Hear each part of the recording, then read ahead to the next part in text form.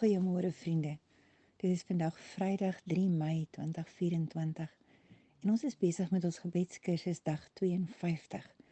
Ons is besig om te kyk na die borsharnas van die priester, die borsharnas van geregtigheid as deel van ons wapenrusting en ons kyk na die gedeelte van die stam van Juda, die steen wat die edelgesteente wat binne in die borsharnas was van die stam van Juda. En Juda was die vierde oudste seun van Jakob en Lea en ons weet dat deur sy bloedlyn moes Jesus gebore word. Deur sy bloedlyn moes Dawid gebore word. En ons het gekyk na Peres en Serach in Genesis 38 vers 29 en dit was die gedeelte waar Juda nie bereid was om sy jongste seun Sela vir Tamar te gee nie. En éventueel het hy saam met haar geslaap toe sy haar aangetrek het soos 'n prostituut en daar het 'n baba, eintlik 'n tweeling gebore geword met die bename Peres en Serach. Nou as ons lees in Genesis 38 vers 27 tot 30, dan staan daar en toe die tyd van die bevalling kom, was dit 'n tweeling. En tydens die geboorte het een sy hand uitgesteek en die voetvrou bind toe 'n rooi garingdraad om sy pols. En hierdie rooi garingdraad is dan die tema van wat ek vandag met julle wil bespreek. Want hier sien ons 'n goue draad, 'n scarlet thread wat reg deur die woord loop en vir ons wys na verlossing. Die bloedlyn waardeur Jesus moet kom wat ons sal verlos. En ons lees verder, hy sê vers 28 en tydens die geboorte het een sy hand uitgesteek en die voetvrou bind toe 'n rooi garingdraad om sy pols en sê hierdie een is eerste. Maar toe trek hy sy hand terug en die ander baba word eerste gebore. My wêreld, roep die voetvrou uit. Kyk hoe het hy deurgebreek. Daarom was sy naam Peres. Vers 30 sê daarna is die baba met die rooi garingdraad om sy pols gebore en hy is Serach genoem. Nou, ons moet onthou dat hierdie bloedlyn van Juda moes suiwer gehou word. Ons het gesien dat hy het getrou met 'n Kanaanitiese vrou en gevolglik was hierdie 3 seuns van hom dan nie suiwer bloed gewees nie, want dit was gemeng met 'n Kanaanitiese vrou se bloed. En ons sien dan later word hierdie tweeling gebore uit 'n verhouding, 'n prostituie verhouding wat nie regtig verhouding is nie, maar met sy skoondogter Tamar. Maar daar is 'n geweldige vloek wat op dit lê en as ons gaan lees in Deuteronomium 32 vers 2 en ek wil vir julle lees uit die Nuwe Lewende Vertaling, dan kry ons 'n skrif wat ons gewoonlik miskyk. En die skrif sê die wat uit 'n ontoelaatbare verhouding gebore is, as ook hulle nageslag tot in die 10de generasie mag nie ingesluit word in die vergadering van die Here nie. Nou, in die Classic Amplified sê, a person begotten out of wedlock shall not enter into the assembly of the Lord, even to his 10th generation shall his descendants not enter into the congregation of the Lord. So ons sien dat hier 'n vloek gerus het op 'n baba as hy buite die eg gebore was, tot in die 10de generasie. As ons gaan kyk wat hier gebeur, dan sien ons Juda en Tamar maak hulle skuldig aan hierdie seksuele sonde en gevolglik word hierdie tweeling Peres en Serach dan buite 'n wettige huwelik gebore. Dit beteken daar moet 10 geslagte verbygaan voordat 'n koning uit daardie Judaïstiese lyn gebore kan word. En toe Israel begin kerm vir 'n koning by Samuel, was die 10 geslagte nog nie verby nie. Daarom sien ons dat die eerste koning van Israel nie uit die stam van Juda gekies word nie, maar dat Saul gekies word uit die stam van Benjamin, want daar was steeds 'n vloek wat gerus het op die bloedlyn van Juda, wat gesê het vir 10 geslagte mag hulle nie in die teenwoordigheid van God gekom het nie. En toe Dawid gebore word uit Isai, die seun van Obed, die seun van Boas, was hy presies die 10de geslag uit Juda uit. En jy kan gaan lees in Matteus 1 en Rut 4, as ons na die geslagte kyk, het was Peres was eerste, toe Hesron, toe Ram, toe Aminadab, toe Nason, toe Salmon, toe Boas, toe Obed, toe Isai en die 10de geslag was toe Dawid. Nou wat vir my belangrik is vir vanoggend se Bybelstudie is die simboliek oor hierdie rooi draad, die scarlet thread soos dit bekend staan. Onthou Hebreërs 9 vers 22 sê vir ons dat sonder bloedvergieting is daar geen vergifnis nie. En daarom is die simboliek van hierdie bloedrooi draad in die Bybel geweldig betekenisvol. Die skarlakenrooi draad dui op die tema van versoening wat reg deur die Bybel loop. Nou reg deur die Bybel word al verwys na hierdie skarlakenrooi draad. Ons merk dit op in die tuin van Eden en ons merk dit op in hierdie ongewone Babel. Ons merk dit op in die hoëpriesterlike klere. Ons merk dit op in die jaarlikse versoeningsdag. En ons sien dan hier dat in die geval van Peres en Serach is hierdie skarlakenrooi draad gebruik om die eersgeborene aan te dui. En dit het vir die voetvrou gelyk of Serach die eersgebore sou wees. Maar God het ander planne gehad en Peres was dan nou die eersgeborene, want Jesus sou uit die bloedlyn van Peres gebore word.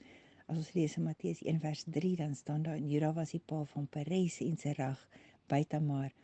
En Peres was die pa van Gerson, en Gerson die pa van Ram. So sien ons dat die bloedlyn loop dan deur Peres. Ons sien dat die skarlakenrooi garing selfs in die materiaal van die tabernakel ingeweef word. Ons lees in Eksodus 26 vers 1, ek lees vir die Nuwe Lewende Vertaling. Hy sê, maak die tabernakel uit 10 stukke materiaal, en daar moet blou, pers en bloedrooi draad in die materiaal ingeweef word. En daar moet ook gerubs daarop ingeborduur word. Ons vind dit ook in die hoëpriester se skouerkleed. As ons gaan lees in Eksodus 28 vers 6, dan staan daar die gedeelte oor die skouers moet van geweefde linne gemaak word. En daar moet 'n goue draad en blou en pers en bloedrooi draad geborduur word. So ons sien hier dat hier spesifieke kleure is wat binne in die tabernakel se kleed, maar ook binne in die hoëpriester se skouerkleed ingeweef moet word. En hierdie kleure wys vooruit na Christus. Die goud wys na Christus se heerlikheid. Die blou wys na Christus se hemelse oorsprong en die pers verwys na Christus as koning. Maar die belangrikste is die bloedrooi draad wat simbolies is van Christus se versoeningswerk aan die kruis, toe sy bloed vergiet is vir my en jou. Ons vind ook 'n ander plek in die Bybel waar daar vermelding gemaak word van hierdie bloedrooi draad of tou, en ons kry dit in Josua 2. En ons sien dat 2 spioene word na Jerigo uitgestuur voordat die Israeliete daardie stad ingeneem het. En Rahab, die prostituut, beskerm hulle en steek hulle weg nadat sy haar geloof in Israel se God verklaar. En ons lees in Hebreërs 11 vers 31 en daar staan, omdat sy geglo het Rahab die prostituut die spioene vriendelik ontvang en nie saam met die mense van haar stad, wat aan God ongehoorsaam was, gesterf nie. Daar was vir haar as gevolg van haar geloof versoening met God. Nou Rahab laat hierdie spioene ontsnap deur hulle uit haar venster te laat sak met wat? Niks anders as 'n skarlakenrooi tou nie. En ons lees in Josua 2 vers 17 tot 19 dat daar staan, en die man het vir haar gesê, ons sal die belofte wat ons aan jou gemaak het nakom. Jy moet hierdie rooi tou waarmee jy ons deur die venster gaan laat afsak, aan die venster vasbind wanneer ons die land binnekom. En jy moet dan jou pa en jou ma en jou broers en jou hele familie hier in jou huis laat bymekaar kom. En as iemand van hulle by die huise deur uitgaan buitekant toe, sal hulle vir hulle eie dood verantwoordelik wees. Ons is dan onskuldig. As enige iemand wat saam met jou in die huis is, egter iets oorkom, sal dit onskuld wees.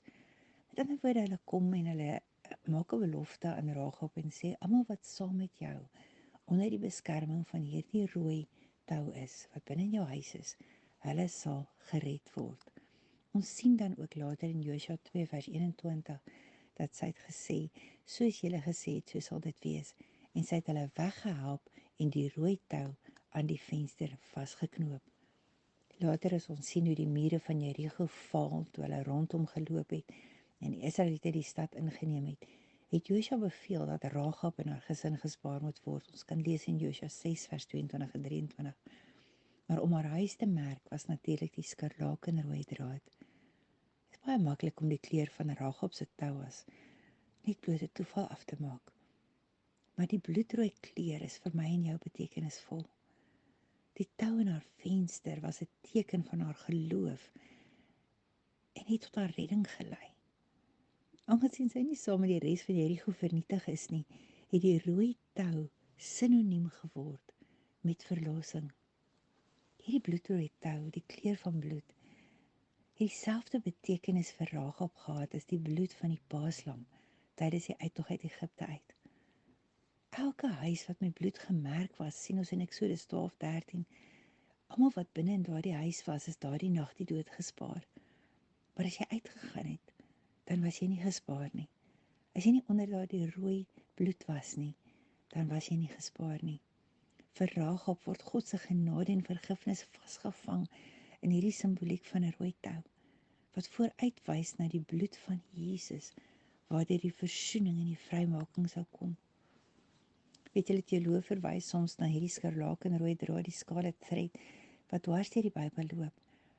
En dit verwys na die bloed van Christus, wat simbolies deur die hele Bybel loop. Ons sien in die tuin van Eden word diere doodgemaak om klere te voorsien vir Adam en Eva.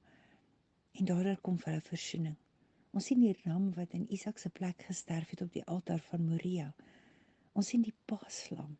Ons sien die instelling van die offerstelsel, die skarlakenrooi tou van Rahab en die duisende offers wat by die tabernakel en die tempel gebring is, die bloed wat gevloei is. En dan sien ons hoe die bloedrooi draad verder loop tot by Johannes die Doper se verklaring, as hy in Johannes 1:29 sê, kyk die lam van God wat die sonde van die wêreld wegneem. En dan weer aan die voet van die kruis, toe Jesus uiteindelik in Johannes 19:30 sê, dit is volbring. Alles word saamgevat in Hebreërs 9:22 wat sê, sonder bloedvergieting is daar geen vergifnis nie. Daarom is die Bybel, ek sien ons hierdie simboliek van hierdie bloedrooi draad, wat vir ons so betekenisvol is. Die skarlakenrooi tou word 'n simboliek van hoop en dra die tema van versoening reg deur die Bybel van Genesis tot Openbaring vir my en jou. Kom ons bid saam. Hemelse Here, dankie dat ons weet dat hierdie bloedrooi tou, hierdie simboliek van u bloed wat vloei vir my en jou, wat die tema word wat reg deur die Bybel van Genesis tot Openbaring vir ons uitstaan. Dankie dat ons ook deelagtig kon word daaraan. Dankie dat u bloed ons ook beskerm en verlos van ons sonde. Dankie dat ons vandag as vrygemaaktes 'n borsharnas kan aantrek van geregtigheid, omdat ons losgekoop is deur die bloed van Christus. Ons dankie daarvoor en ons loof u vanmôre, Here. Amen.